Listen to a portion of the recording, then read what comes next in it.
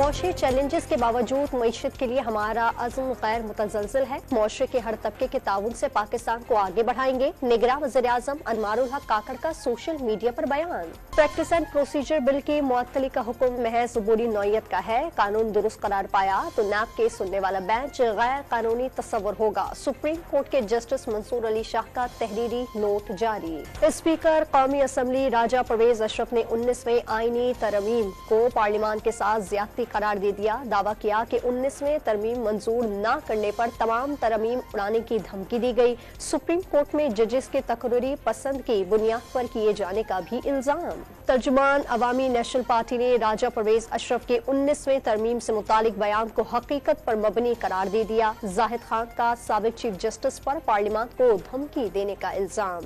उस्मान डार की factory seal करने से 2500 घराने मुतासर हुए। Vice chairman PTI Shah Mahmood Qureshi ने चीफ जस्टिस सुप्रीम कोर्ट से नोटिस का मुतालबा कर दिया। इंसदादे दहशतगर्दी अदालत लाहौर ने 9 मई के केसेस में शनाख्त न होने पर 20 मुल्जमान को मुकदमे से डिस्चार्ज कर दिया।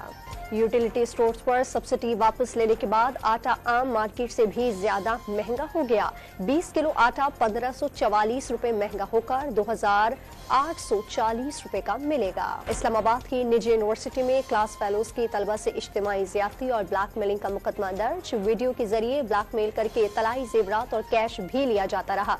FIR का मतन। रानीपुर में घरेलू तशद्दुद से जाँ बहक बच्ची फातिमा की कब्र कुशाई करके पोस्टमार्टम कर लिया गया। जिस्मानी आज़ा के नमूने हासिल करके लाश को दोबारा दफनाने का अमल जारी। शादी क्यों नहीं करा रहे? मुल्तान में नौजवान ने खुदकुशी का ड्रामा रचाकर अहले खाना को चकरा कर रख दिया। रेस्क्यू एहलकार दरिया में तलाश करते रहे और नौजवान खेतों में छुपा रहा। और अब सोशल मीडिया ऐप एक्स पर कोई किसी को ब्लॉक नहीं कर सकेगा। एलॉन मस्क ने ब्लॉक करने का ऑप्शन खत्म करने का इंदिया दे दिया।